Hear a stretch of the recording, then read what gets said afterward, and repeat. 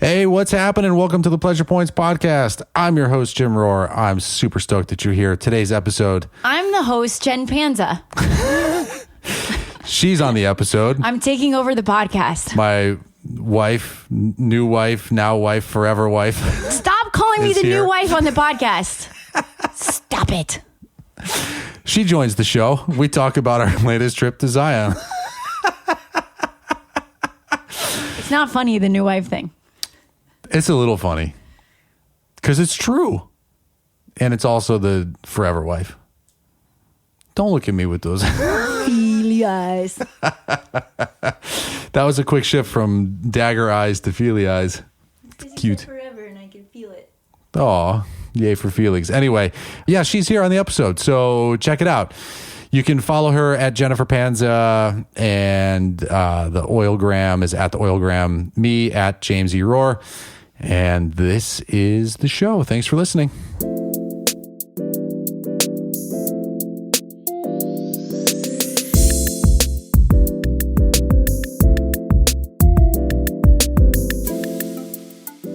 Can you feel? I take your advice. What was my advice? Well, there's a lot of advice that you give me all the time, sometimes asked for and sometimes unsolicited advice. But you said that it's helpful when I am doing these types of presentations that if I would just stop and take a deep breath and prepare myself, that it goes much better and that people can feel that. So I started doing that. I just did it. Awesome. Welcome. How did it feel? I feel really great. We can start whenever you're ready. Great. Do you want to start us off with the intro music? Do, do, do, do, do, do, do. That one. That's the only one. You could tell that I'm not a music major. It's good. I appreciate your interpretation. Although I did take choir for all of high school, 4 years. You would think I would be able to sing better after that much coaching. Well, the woman in front of you that sang a chorus, she went on to like Broadway or something, right? So no, she tours with Hoser. Is that how you say it? Hosier? I think it's like Hosier. Hosier? Hosier? I don't know his name. He has really cool music. Yeah. I really hope she's not listening to this podcast. She's like so embarrassed right now. I think it's just you, me, and like 3 people that listen to this podcast. Well, you, me, and the 3 people will know that I am horrible when it comes to remembering any type of celebrity names or bands or things like that. But she's the bomb. Kristen Rogers. Yeah. So you didn't really have to do well. I mean, she was carrying the load for that side of the course. Yeah, well, she was, well, kind of, yeah. So they probably put me next to her because we were singing second soprano, which is actually like a hard, well, for me, it was really hard. For her, it's probably super easy, but it's like the middle between the low and the high notes, you know, between soprano and alto. So it's very hard to find your note because it's the middle note. It's much easier to do that higher because that's the melody or the lower one. So yeah, I would always sing off key and she would just sing louder and I would be like, oh, okay, cool, thanks. And now turns out she's crushing it. So good for her. She just came to Miami. We missed her. I'm not going to sing anymore is the point of all of that is that I am done singing the intro music. But you know what would be cool is to have intro music. It would be cool to have like someone come in and actually sing it. Or maybe I should just get like new intro music made. Yeah, that's true too. Could do that. But now people are really identified with it. Like I hear that music or when I think about the podcast, I'm like, dun, dun, dun, dun. Yeah. Anybody else out there? Send us the comment if you connect with the intro music or you think Jim should change it because I'm not sure I want to get the feedback. Some people hate it or maybe it just needs like some cool soul singer to just bring it home. I think it should be you. I think we're going to have... No one wants to hear me making noises. They can hear that if they come to some spiritual events. We can make all of the... We can make lots of noises. Those are more fun. Well, those are healing noises. Yeah, well, it's a different thing when you're... My podcast is that music's kind of healing. Sort of sets the tone.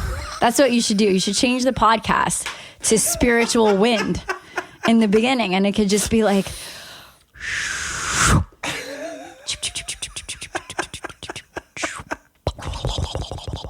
and don't know if that's actually a spiritual noise, the last one. Well, if you declare it that it's a spiritual noise and you just like keep the conviction that that's like the noise that sucks out, nasty demons and channels some archangel into a healing vibe, then I think you could be onto something. All of a sudden you'll have, in like 2 years and all the spiritual events, you're going to just have people going. Blah, blah, blah, blah, blah. Well, we do kind of make some noises in yoga, but it's usually like, the horse lips, which just relaxes your face. Or, we om. That's like in the beginning, a lot of people are actually intimidated with oming because it's weird. I mean, now it's 2019, oming is sort of normal, but back in the day, you started oming and people thought you were like calling in Satan. So now when people, they go to ayahuasca ceremony or something and then they host a spiritual event and it's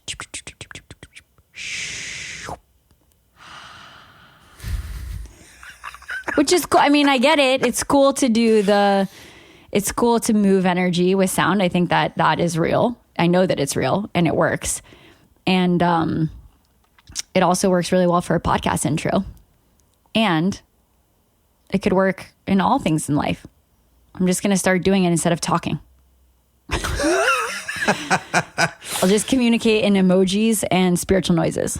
You'll know how I feel. Well, I mean, it's like anything with that stuff where like when I've had that done to me, like on a 1-to-1 healing session, it's great, and you're like, oh yeah, they're like doing stuff. Right. But well, you feel in a room full of 40 people that are like doing some kind of meditation, and it just starts to feel like people are making noises because they want to be heard instead of like actually contributing to, like the healing vibe. It just gets distracting when it's like, wait, did a bunch of like birds come in here, or that's just like a patchouli smelling hippie who's like trying to cleanse the demons of the room. But that's not really what they're trying to do, I think. I think it's more what you said. Oftentimes, that they're just trying to be cool. They want to be perceived as being so spiritual that they know how to make those noises. There's like a big thing, I think, right now of people trying to be spiritual, or like they're trying to like assume this role of like the shaman or the teacher or the master or whatever you want to call it. And, they're like, oh, well, this is what the masters do. So I'm going to start doing it so that people see me as that, instead of thinking about the thing that they're doing and why they're doing it and putting a little more purpose and intention behind it. Well, it's just silly. I mean, it's unnecessary. Like everybody knows that if you want to become a spiritual person, all you have to do is pay $1,000 and go to an ayahuasca retreat for a week. And then you're good. You can call yourself whatever you want. Yeah. And, you don't even need to make noises. You can just be like, yeah, man, I totally tripped face. Like, same thing with being a yoga teacher. You could totally just like go away for 2 weeks. Actually, now there's an online certification where you could just like go in, log in, and then get your certification after doing how many ever hours of study online. It's crazy. Is that serious? Is that for real? It's totally for real. Like you can go online and become a yoga teacher in like a month. Shit. And it's like, are they like sending in videos of it's like their $100. practice and then they're getting critiqued that way? Or is it just like learning how to like make a playlist on Spotify and yell at people to do different positions? Well, there's definitely more to a 200-hour than that, but you can just go online and do it. I don't know the details because obviously that wasn't the route that I picked, but you can totally go online and do it. I'm not saying it's bad for people to do that. I mean, I think if you have a really great training or a trainer and you've been doing yoga for 20 years, like fine, you can just go online and get a certification. You're fine. But also, if you've never done yoga before and you just go online and get a certification, it's probably not going to work out well for you. Or for your clients. Or for the people that you hurt. Yeah. Is that what you mean by your clients? Yeah. Correct. Yeah. It reminds me of, I don't know if I ever told you this story or if I said it on the podcast, but one time I went to yoga at Green Monkey. Mm-hmm. I think rest in peace, Green Monkey, right? I don't even know if it still exists. Green Monkey's still open. Still around? You just threw him under the bus. It's cool. Yeah, whatever. This is years ago. And we went to class and it was on like Columbus Day or something. It was like some like random holiday where we got there like 5 minutes before the class was supposed to start and like the studio was locked. And so a few of us are milling about and we're like, is there class today? Like it's kind of this holiday, but like what's happening? Mm-hmm. Eventually the yoga teacher shows up at the same time as like the office manager person. And So they unlock the door and we start filing in. And as we unroll our mats in the yoga room, we just hear the yoga teacher screaming at the receptionist about how it was so important that the receptionist be there on time, and it's so unprofessional, and like just like laying into this woman. And we're like, the rest of us are in the other room, and we're and like, we're making eyes at each other like, what in the hell is happening here? And the yoga teacher stops admonishing the receptionist, and she comes in for the class, and she walks in and she gets to the front of the class, and she was like, namaste. Oh my gosh. Yeah, that's so funny. I just started cracking up. I couldn't keep it in. And I was just like, this is everything that is wrong with like yoga and the yoga world. I'm not even a yogi, but the whole thing is crazy. It's like, just be you. Yeah, like you're fucking pissed. Like you're upset. Right. You're not happy with that. The person didn't do her job. She showed up late, and like emotions are happening. And so just, come in and make a joke about it. Don't pretend that it didn't happen. Yeah, I agree 1,000%. Yeah. But I guess if you have a good mentor or whatever, you can like see some of that stuff in action. But if you're taking a class online, then, you might miss some of that stuff. I mean, that's like the nuances of like having a mentor, right? Someone that you check in with often is like, it's great where you get to have that kind of feedback on these little things that come up. Right. Well, and I think there's also a really fine line with that too, because I think some people, I do respect that she came in and didn't keep that as part of the class, and she was able to like separate that energy out, because the other thing that I see sometimes is the opposite spectrum where that happens and then the yoga teacher can't shake it, and then the entire class is all about that instance. It's about the importance of being on time. Yeah, or like letting go and like letting go of anger, and like you can tell that the class is based on what's happening in their personal life instead of supporting the community and being a servant for the space. So I think it is important to acknowledge what's happening and address those emotions, especially because the class heard what was happening in that instance. But I also think it's important not to bring your own personal stuff into the yoga class, because that's your stuff and other people aren't necessarily working through that. And like, you might have a student coming in and their intention is like love, and your whole class is like about anger. And you're like, well, wait a minute, this may not align necessarily. So don't bring your own personal stuff into the class, I think is a great rule. What's the worst yoga class you ever attended? Oh my gosh. Wow. That's a hard question because there've been just so many. It's actually really challenging as a yoga teacher to go to other people's classes, because I'm sure it's the same with acupuncture, being in the healing arts, is that we just see things through a different lens. However, is that a nice way of saying that you're super judgy? Yeah, I'm totally judgy. I'm super we see judgy through another lens. So much so, well, we just notice things that other people may not notice, and pick up on things that is just different. So that's actually been a commitment that I've had to myself to really look at what are my thoughts and how am I going into a yoga class? Because I really do like to take other people's classes. And when I go in with the energy of I am kindness, and my intention is kindness, and my intention is learning. And when I do that, I always learn something, whether it's something that I want to do differently when I teach, or something to tell people that I'm mentoring, or whether it's a cool move. Oftentimes, even in some of the classes that I hate, like I'm like, oh my gosh, I never did this pose in that way, or they did something different than I would normally do.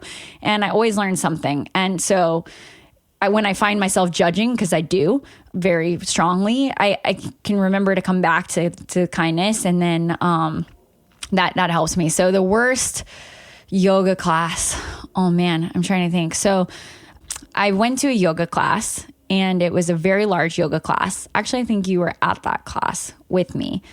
And it was actually being led by a teacher who was not a yoga teacher, it turns out. We found out after the class. And this particular event had a very large amount of yoga teachers that were actually in the class, and like spiritual people from the spiritual community. So because it was actually a meditation and different, the way the event was positioned was like the yoga class was like kind of like a side part of the event. So it attracted a very an intelligent crowd, a very sophisticated, experienced, right. Seasoned crowd of yogis and people that are in the spiritual community. So when throughout the class, it started to be very clear that the person didn't know left from right, which I get, I mess up left and right all the time, but it was... You don't do it all the time.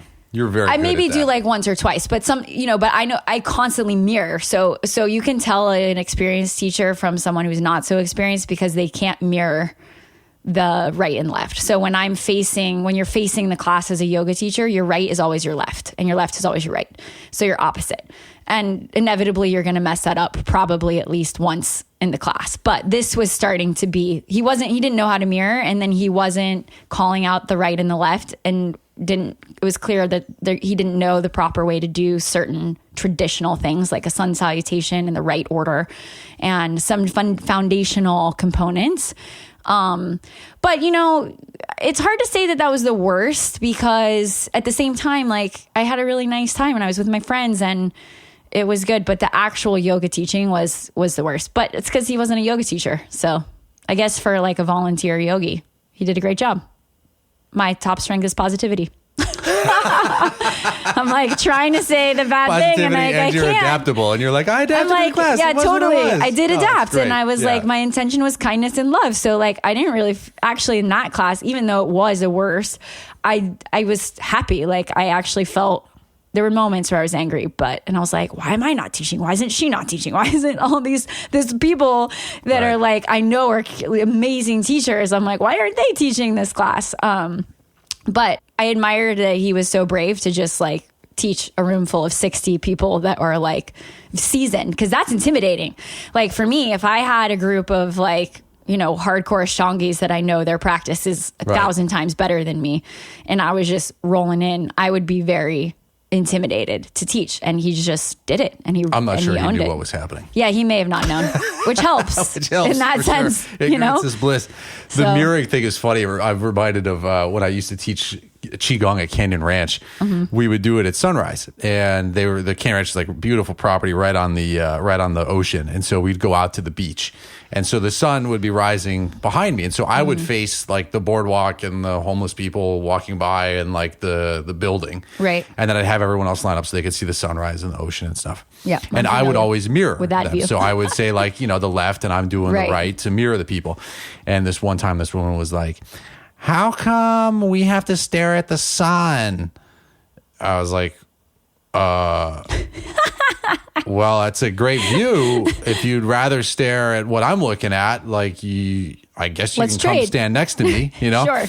And she was like, I want to do that. So then she comes over and she stands next to me, and I realized then that I like the biggest mistake, because I'm cueing the one thing and I'm doing the thing, and so she's doing. We're like basically opposite. bumping into each other, and I was just like, oh, this is terrible. That was the beginning of when I knew that I probably shouldn't be teaching Qigong anymore. Like I never had any business teaching it in the first place, but they couldn't find anyone to do it. And so I'm glad I had the experience, but the time that I knew for sure I had to stop was this mom and her daughter were there. They came, and it's a tricky place because you're not getting any regulars. It's just like, it's hotel guests. So they're just constantly cycling through. And this mother was there with her daughter. And the daughter, after like 5 minutes, she's over it. She's like, I don't want to be here. And so they like whisper something, and then the daughter just walks away, which is totally fine. I didn't care. But then the mom like keeps ignoring the cueing and is like constantly looking back to see what the daughter's doing, where'd the daughter go, and like what's happening.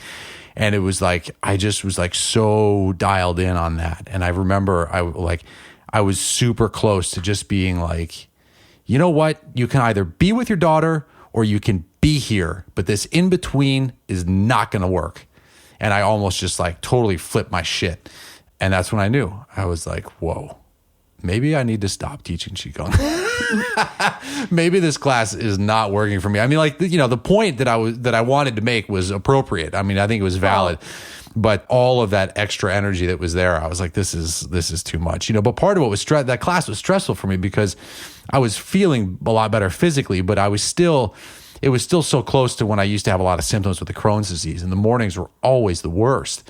And so getting up that early and teaching on the beach where there's no bathrooms nearby, where I'm the instructor and I had to be there at a certain time, like those mornings were always so stressful for me because I was like, did I go to the bathroom? Am I going to get caught off guard? Like, is it going to happen again? Like all of that. And so that energy was always there as I was teaching those classes. And I always felt great afterwards. But up until like, the last 5 minutes of the class, I was always aware of some tension there. Yeah. Well, it's amazing what you've been through. And, I know that Qigong really helps you to heal through that. And I think that every teacher or healer, it's at some point you have to just check in with yourself of like, just what you said, what's your purpose? What are you doing here? Why are you doing it? And is it really serving? And is it serving the people? And is it serving you? And owning your power in that and creating some boundaries or deciding not to do it. I think it. Yeah. I mean, like if you can't contribute a good mood anymore, like it's probably time to stop. Well, I like doing Qigong with you. It's been really fun on all of the retreats and like when we do it here in the house great. and the beach. Like totally. I think you're a great Qigong teacher and I love doing Qigong with you. Thank you. I love it. I think it's phenomenal. But that particular setup at that particular time, it was just too wasn't much. working. Yeah. It's a tough place. I tip my hat to people that teach at resorts and stuff where, you don't have that ongoing relationship and it's just like a one off. It's like, I guess I realize I like appreciate quality time with people, and when you don't get that repeated interaction, it's kind of like an ER doc. Well, and it's the giving and receiving that I think that circular flow, which is really tantric energy, it's not completing the loop. It's not feeding because you're giving, and these people are taking and then they're traveling out, but it's not coming back to you. So at least for me as a teacher or with a mentor, with any of the things that I do, when I see the results or I see the wave come back to me or I see that energy shift in a way that's more meaningful and sustaining, that's when I get all tingly and excited and I'm like, yippee! Just like I think I just made a Mario Kart noise.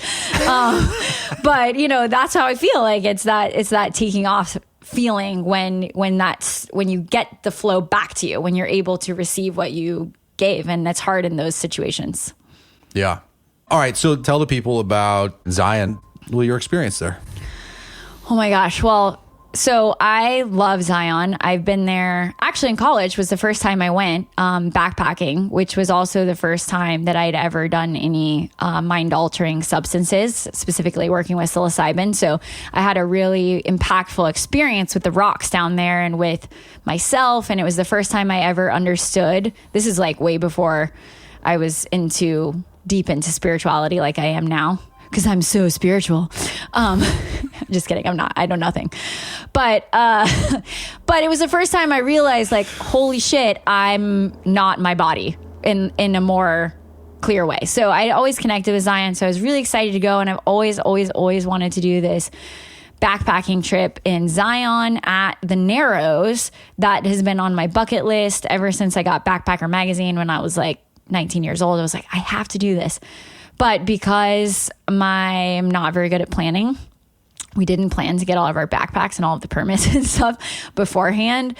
So we didn't get to go on the backpacking trip there, but we went on a different backpacking trip. And it was just still so cool to be able to hike up there during the daytime and, be walking through these canyons that are 2,000 feet on either side of you. And this is like, it's called the Narrows because it gets really narrow at some point. And you're there in the bottom of this river and you're sometimes up to your waist in this water and you're just looking up, and it's a very powerful, visceral experience that I think everyone should experience. And a lot of people do because it's one of the most popular national parks. But that stuff is fun. But also being from Colorado, I'm kind of like outdoorsy elitist, I guess you could say.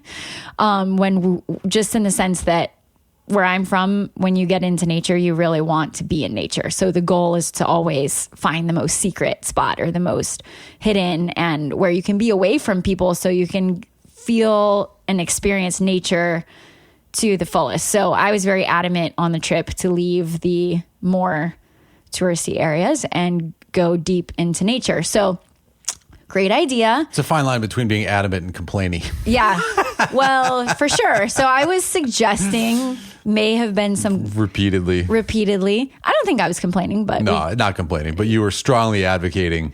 Yeah, because like for me, we live in Florida. Before sight unseen, you were just like, we can't stay where you've chosen for us to stay. We can't stay there. I was like, we haven't even seen it yet. And you're like, but I know these places. I know what they're like. I know the type of people that go to national parks, and we have to get away from them. I was like, we're the type of people that go to national parks. Yeah, sort of. But yeah, but it's different when you go backpacking, right? So, but what I didn't realize is that when I'm going backpacking, it looks a very particular way. And then with you and your best friend who are, I'm just going to go ahead and say crazy, I guess isn't the right word. You guys have a different perspective on what it means to get in nature and be connected to nature. You mean that we recognize that we are people of the earth, that we are inseparable from nature, and that we embrace our place in the cycle of things? Yeah, well, and we don't need to buy a yurt or a tent. Yeah. So that was where I realized that I'm kind of a yuppie, I guess, in the world of, and that I really, it was an experience when it came to. You don't have to label yourself like that. Well, whatever. Anyway, so this was a whole nother level of understanding nature for me personally. So we go in and the reason is just because whenever I've gone in backpacking, like you have your little backpack, you have all your stuff, but you have your tent, you have your little sleeping mat, you have your sleeping bag, you have like all your supplies and your things. You have your house, right? But in your backpack. And so why didn't we have a tent packed with us, Jen? Well, it was complicated to get the tent because many different reasons, most of which have to do with the fact that I didn't plan. Well, I left this in Colorado. That was the reason. No, you can't. Was that the reason? No. Oh, we're going to talk about the yurt? Yeah. Oh, I see where this story is going.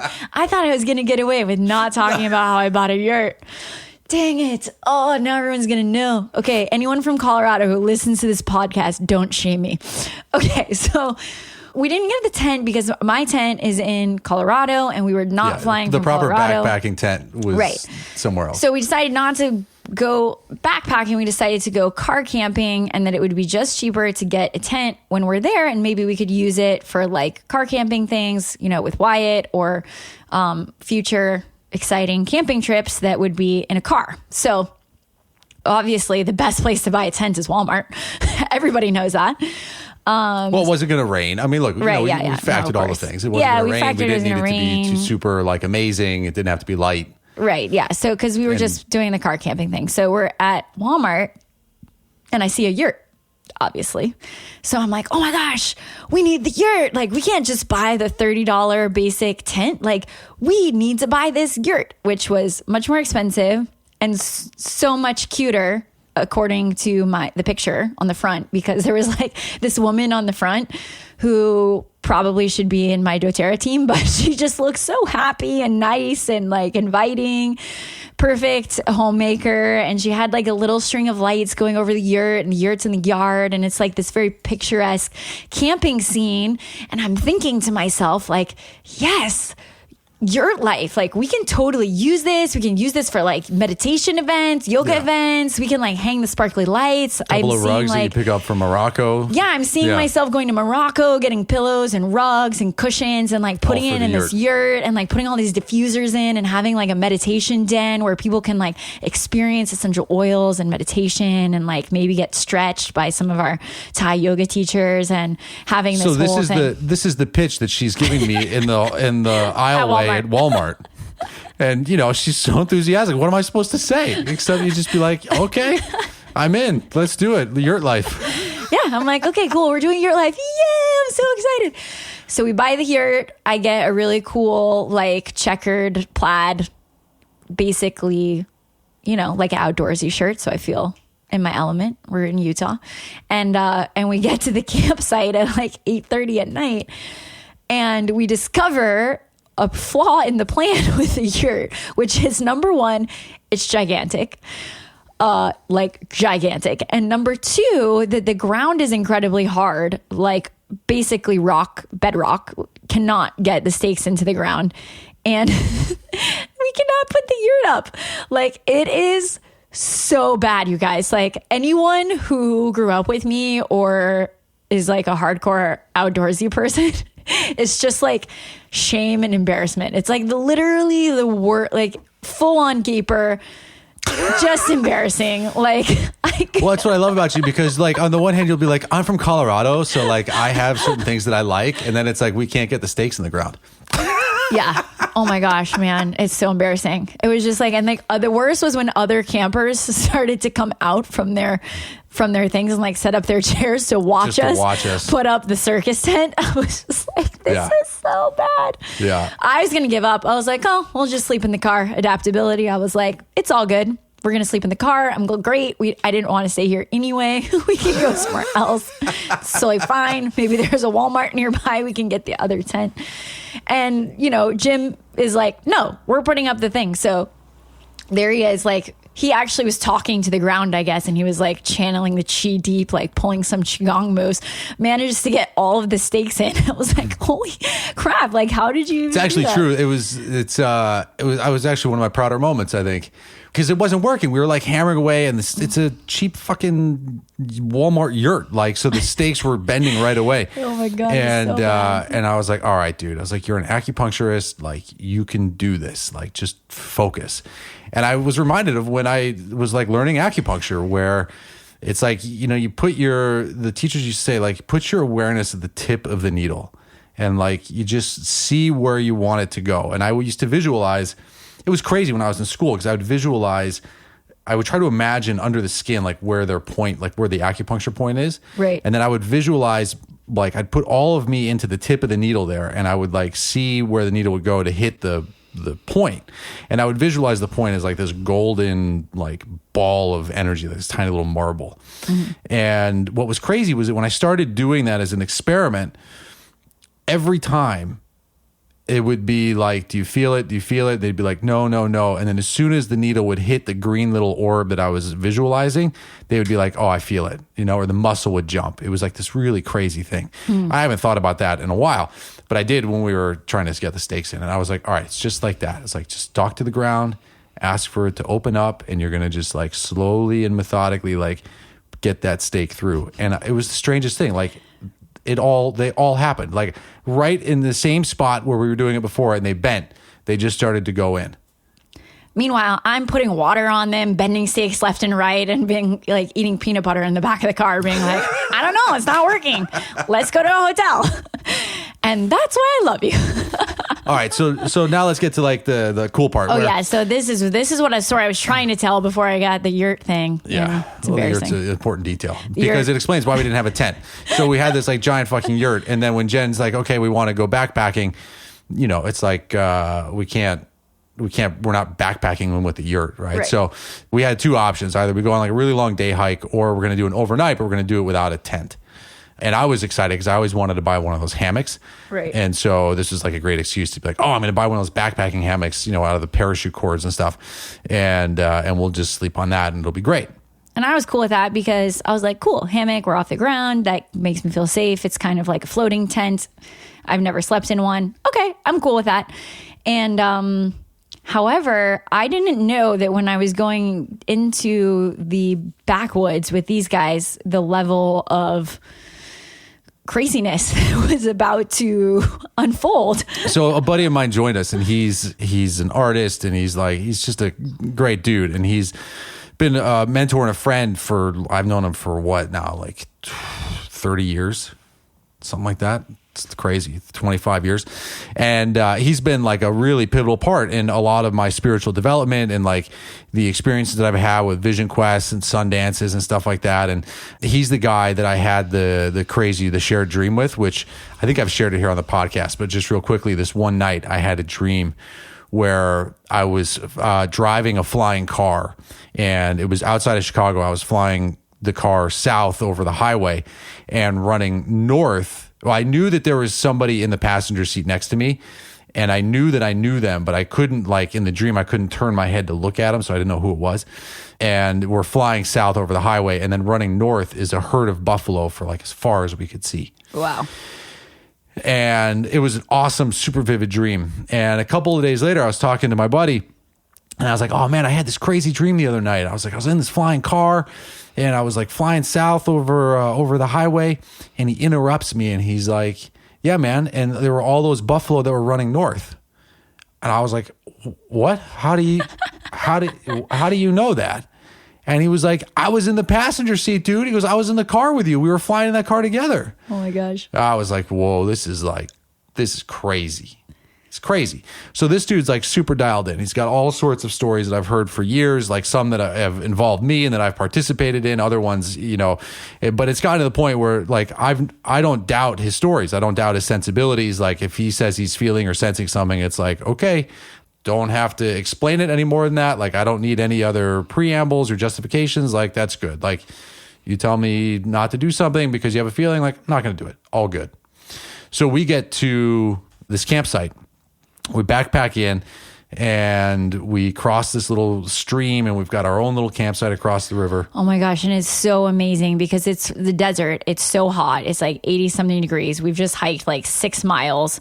We're sweating. We're tired. We don't have any water. So by the time we get to this river and this campsite, it feels like we arrived at like the Garden of Eden or something. To me, it felt like, oh my gosh, this is like the oasis. It was an oasis, yeah. It was this totally beautiful energy right there. The water was so clean and fresh, and you have the huge mountains on either side of you, and the sky is super blue, and you smell sage, and it was just like, wow, like I can't believe we're staying here tonight. I was really jazzed. There's 2 signs pointing to where the campsite is, like up the hill from the river, so that you're not camping right next to the river. But right next to the river, there were like 2 perfectly spaced trees for my hammock. And I got all excited. And so we're checking out the grounds, and we're by the river. And then all of a sudden the buddy says, guys, I hear snakes talking to me. I can hear them. I can feel them. Did he say it before we saw the first one? I think so. Did we see one? I think we saw one. Because you saw one right away, right? Well, whatever. So yeah, we were swimming, and then I saw the little guy down, like a little tiny baby one, a bull snake. But I only saw the one snake, so I was just like, oh, cool, a snake. Like that's as far as my thought process went for it, and I kept, going on my merry way in the water and just relaxing and exploring the area.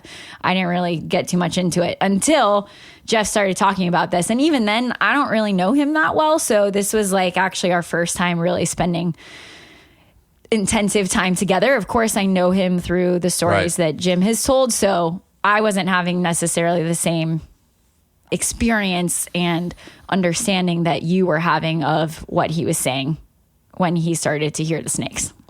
Yeah, so he's like, I hear the snakes. Like the snakes are talking to me. And I was like, okay, cool. And he's like, no, like they're around. And I was like, yeah, Jen's seen them. Yeah, we saw the one, and we saw another one. And then we saw another one, and then another one. And then as the day was starting to wind down, we were thinking about just sleeping down by the river, not going up to the proper campsite, because we had the hammock there, and it was like all the things. And there's these big rocks right next to where the river was, huge giant rocks, and they were perfect, and they've been warming in the sun all day, and it's like that's a great place to sleep because it was flat, it's not by the water, it's not in the sand, so you're not going to get sandy, and it seemed like a really nice place to consider spending the evening. Right. And so I was like, all right, cool. Like I'm going to go over and like just, set up the hammock. And I take like 2 steps and he grabs me and pulls me back. And I almost step on the biggest bull snake that we've seen all day. And he's like, dude, you got to pay attention. He's like, there are snakes everywhere. He's like, I hear them. And then we all kind of look at each other and we're like, maybe we should camp at the campsite. And I was like, yeah, there are 2 separate signs pointing to the campsite. It's like, we should probably pay attention to the sign. So we grab our backpacks and we go up to the campsite, to the proper campsite. And I was like, all right, cool. I'm going to go back down and grab the hammock. And my buddy grabs me and he was like, I wouldn't do that. I was like, what's up? He's like, well, I've been saying all afternoon, like there's snakes. He's like, what I haven't told you is that like there's at least one rattlesnake. I can feel it. I hear it. I know it's here. And everything that speaks to me tells me that if you go back down there, there's going to be an encounter. Meanwhile, my heart is beating. It's pounding out of my chest. It's starting to get dark. The coyotes are howling. The bugs are starting to come out. It's starting to get cold. And I'm like, oh my God, what is happening? These guys are so crazy. And I just look at him. I'm like, cool, man. Thanks for the heads up. Like, I guess we're just sleeping on the ground. Like, I won't get the hammock. And Jen's like freaking out. And he's like, I don't, and I was like, dude, you don't have to say it. Like, I get it. Like, your thing, I appreciate it. Like, we're cool. We're just going to do the Vision Quest thing here. No tent, no nothing. Well, we had sleeping bags. Yeah, we had sleeping bags, but Bugs can crawl in the sleeping bag. Yeah, totally. Like, oh my gosh. That's when you start running through every scenario, because camping in a hammock is totally different than even near the snakes, because I wasn't. But after he said that, I was like, okay, like, you guys have enough weird stories that I was like, not going to test that.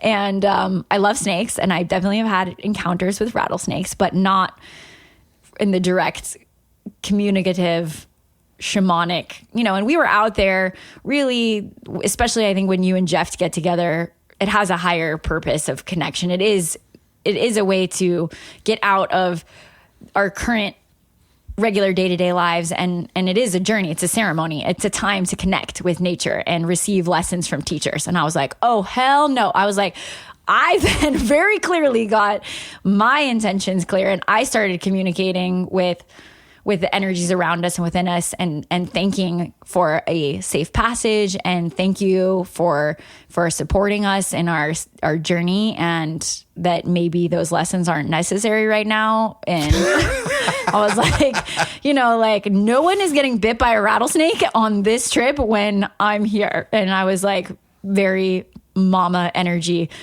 talking to whatever, I don't know, energies are around, being like, please don't do that. Yeah. And like, for me, like, I hate snakes. Like, I feel like Indiana Jones. Like, I hate snakes. And I've had so many dreams over my life. I mean, I can think of like 5 or 6 dreams just right away where snakes have bit me, where I've been bit by rattlesnakes or cobras or whatever. And it's like super intense. I mean, I can feel where in my body I've been bit in dream time. And even most recently when I did the ayahuasca, it was a snake that came up and, kind of started the whole thing once the medicine was kicking in.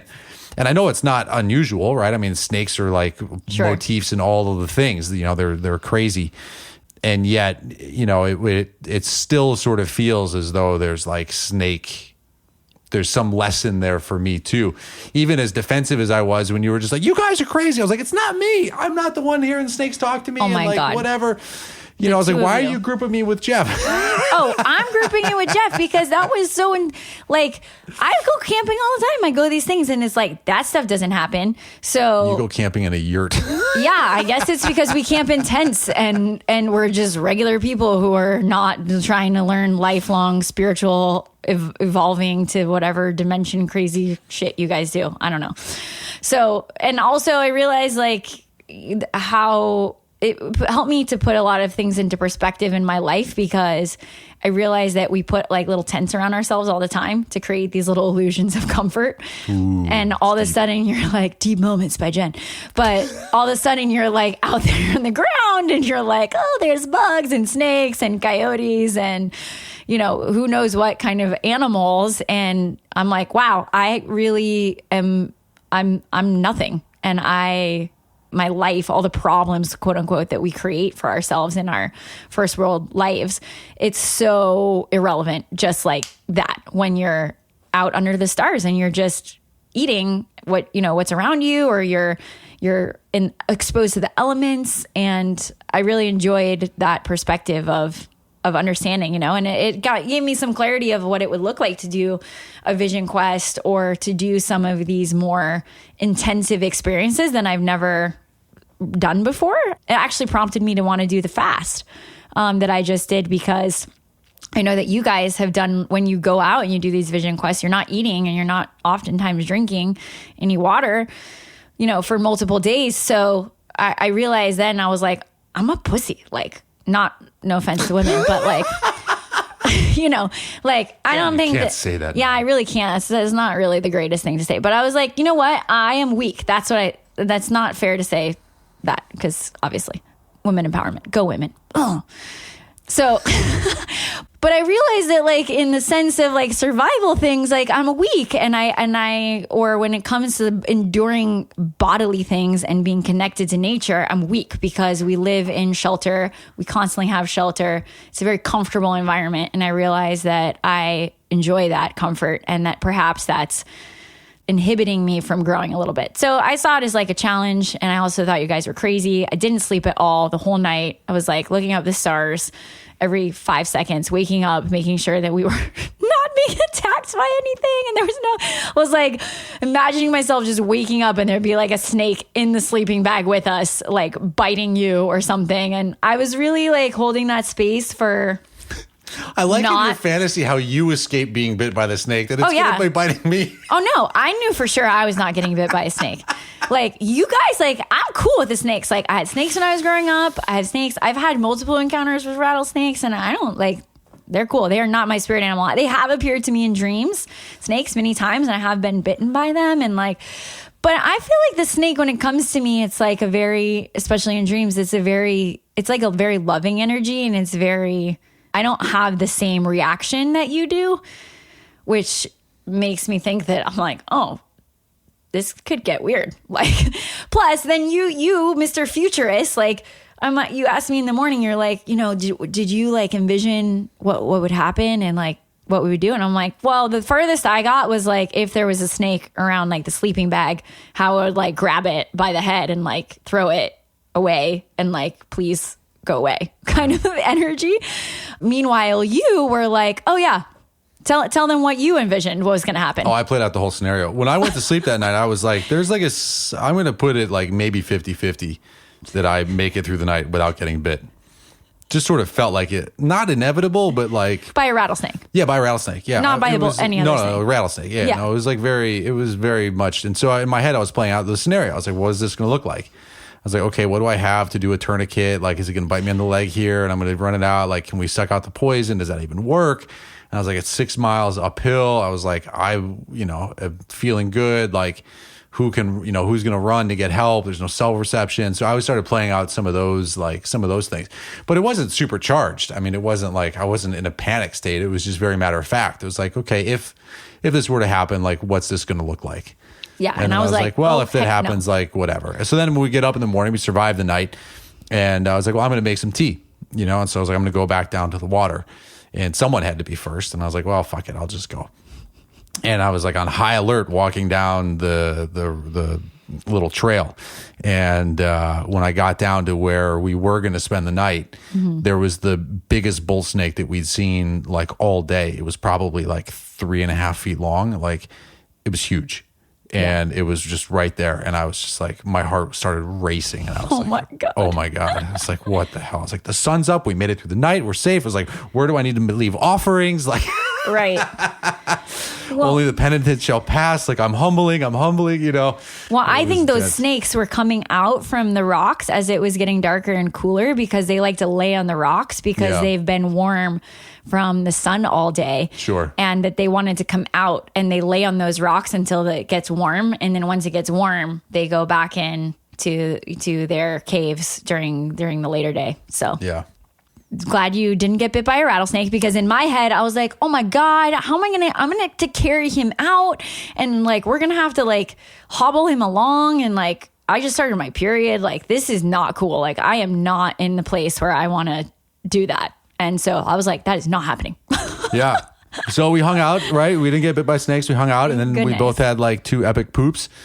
And then it was like, all right, let's pack that up and let's hit the road. Yeah. And we got out full of gratitude the entire way back. Oh my gosh, the whole way I was just so thankful. Like, I've never been so thankful for like water and the simple things in life. And it was very helpful to put things in my own personal life in perspective. And I think that's why I really wanted to go and get deep into nature because I think that helps to put perspective on our normal lives. And we were going basically into the opposite situation, going into Utah for the doTERRA convention, which is so cool and so amazing and inspiring. But also it's 30,000 people and that group energy and that very collective human energy is such a stark contrast to that solitary vulnerable, small energy that you get when you're just you out there by yourself in the middle of the giant mountains. Yeah. So I'm really glad we did that because it helped me keeping perspective of why I'm here, what I'm doing, moving into the convention, which was great. Why are you here? Well, after talking to the rocks and the aliens, no, I'm just kidding. I've been watching a lot of Ancient Aliens lately. I hope, I want everyone on the podcast to know that because I'm no longer a closet Ancient Aliens watcher. I think that our consciousness, our collective consciousness as a human is a calling to connect with a vibration of love, which somehow is intertwined with the connection of creation, whether it's within ourselves or in the universe. Could be an alien conspiracy theory that constructed things. I don't know, but I'm not going to get into that because it's too weird. And I don't really know what I think about it fully yet. So I can't say, but there's this desire. It seems we have this human desire to connect to this consciousness, that which is love. So my purpose, and when I was out there and we were doing that ceremony, I realized it's finding ways to connect to that connectedness, which is that vibration of creation, which is love, has become my purpose. So when I'm doing things, am I connecting to that vibration that is the vibration of creation and love, or am I not? And then allowing myself to find that realignment if I'm not. And that's my purpose. So coming from Zion into Salt Lake City for the convention, how did that, like in very sort of practical terms, how did that experience in Zion help you, or how did you show up differently at the convention? I think it's just easy to get caught up in logistics when you're with a large group of people and at events, especially as a leader. We had over 100 people from my team alone that flew all the way out to Salt Lake City that, really ultimately are looking to me to guide them on some capacity through the experience. So, I think that, for me, it's easy to get caught up in the logistical things, get very overwhelming. So reminding myself to come back that the reason why those people are there is the same reason that I said. They're looking to connect to that feeling, that vibration that they came from, that we're all from, which is the creative birthing, that energy of love. And that's what they came for. Maybe they don't know that they didn't consciously choose that, but I believe that there's some unconscious seeking of that. And that in that connecting to that purpose, that I could redirect my actions and my speech and my interactions with people based on that, instead of what needs to be done, or from a more brain perspective of we need to go to this place and do that or whatever. I could really stay committed to creating a collective space in that container. I don't know if I'm just speaking in platitudes. It's great because it's it's funny because we haven't talked about this before, but it was when I think about you at that whole week, you seem to be very much in your body. Yeah. You seem to be much more grounded and present, whereas in years past it's been, the first time we went to convention, we rolled in, we dropped the RV off in Salt Lake City from Burning Man. That's true. Right. Yeah. And then last year was last year. And then, this year it's we had so much more. There was just so much more of everything. Right. It was a bigger team, bigger party, the celebrations and all the stuff. And you just seem to really step into that and hold that. You just seemed really true to yourself. Yeah. For me, it was just coming into my heart space and owning who I am and understanding, we're all a piece of the puzzle of this cosmic web, whatever it is.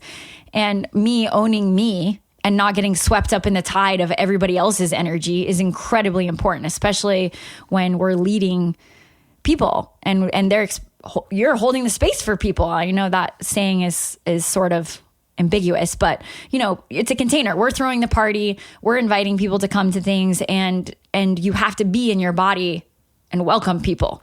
And you have to be in your heart space, because if I was in my head always thinking about, oh, this and that, and all these little details that we can get swept up with, then you miss out on the actual interactions, and you miss out on the saying the things that are important to say, and you miss out on why people are even there in the first place. And so I was really proud of myself that I was able to show up in that way. And I think that definitely almost getting eaten by snakes helped. It helped to put things in perspective. Right. And it's interesting when I think about it, so much of that experience hinged upon my friend speaking his truth, or his sharing his feelings, Sure. and he could have not said something. Sure. And then what's that kind of burden to live with? If I did get bit and he was just fuck, Right. Or it's then you run the risk of saying what you're feeling, and then people being you're nuts, or this is insane, or you're wrong, or don't be silly, and all of that kind of stuff. And I think it's it's when people speak their intuition, or they share that stuff, how vulnerable that is, right? Sure. So I was surprised. I was caught off guard by, what struck me as his vulnerability of sharing that, because I've known him for so long. It's dude, this is I would hope that you would just let that roll, And so even still, so it's if you're listening to this and you have those intuitive things and you hold back on sharing from it, there's consequences to that, And so one of the ways that I get around that is I just ask permission. I'm just hey, I'm feeling something. Do you want to hear it? Would you like some feedback? But it's all of that stuff hinged on, look, he could have not said something, and I could have gone down and gotten in the hammock, right? And it would have been totally fine, no snakes, and it would have just been whatever. Yeah, right. But I appreciate, I didn't actually think that was going to happen either. Oh my gosh. Because I was feeling it. You were feeling it. We all felt it. Something was weird. I was oh, this is weird. When you feel you're in a movie, and the energy just gets you're what is happening? Everything starts to feel very orchestrated. It started to feel like that. And I was oh my gosh, what is about to happen? Yeah. We all felt it. Yeah. It was so It was crazy. weird. It was as though these that feeling of being watched. Totally. Where it's all of a sudden the energy is gathered and you're just I was oh no. Shit, what are they coming here to watch? Nobody move. I'm exactly. And that's when you're That's when I almost stepped on the snake, and it was oh, yeah. okay. Yeah, we're not paying attention. We're not paying attention to what's happening Right. and what we are a part of, that's this deeper connected web. And we forget because we're got our faces stuck in screens all day, Yeah. It's just we lose track of that connectedness. But it's the chain that I'm sort of thinking about is that sort of the vulnerability he had to share, right? And our receptivity to that. Right. And then what that led to of us talking about our mortality and some of these things, and more consciously paying attention to that line between life and death and the ephemeral moment of it.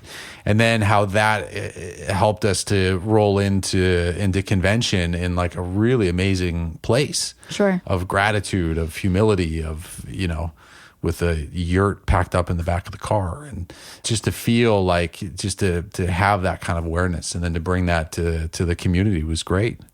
Well, and I think people don't realize how intuitive they are on a day-to-day basis. And when you really start paying attention and you can practice speaking your truth on small things and practical things, it makes a huge difference. So the other day, for example, I'm just going to recall this one with the umbrellas.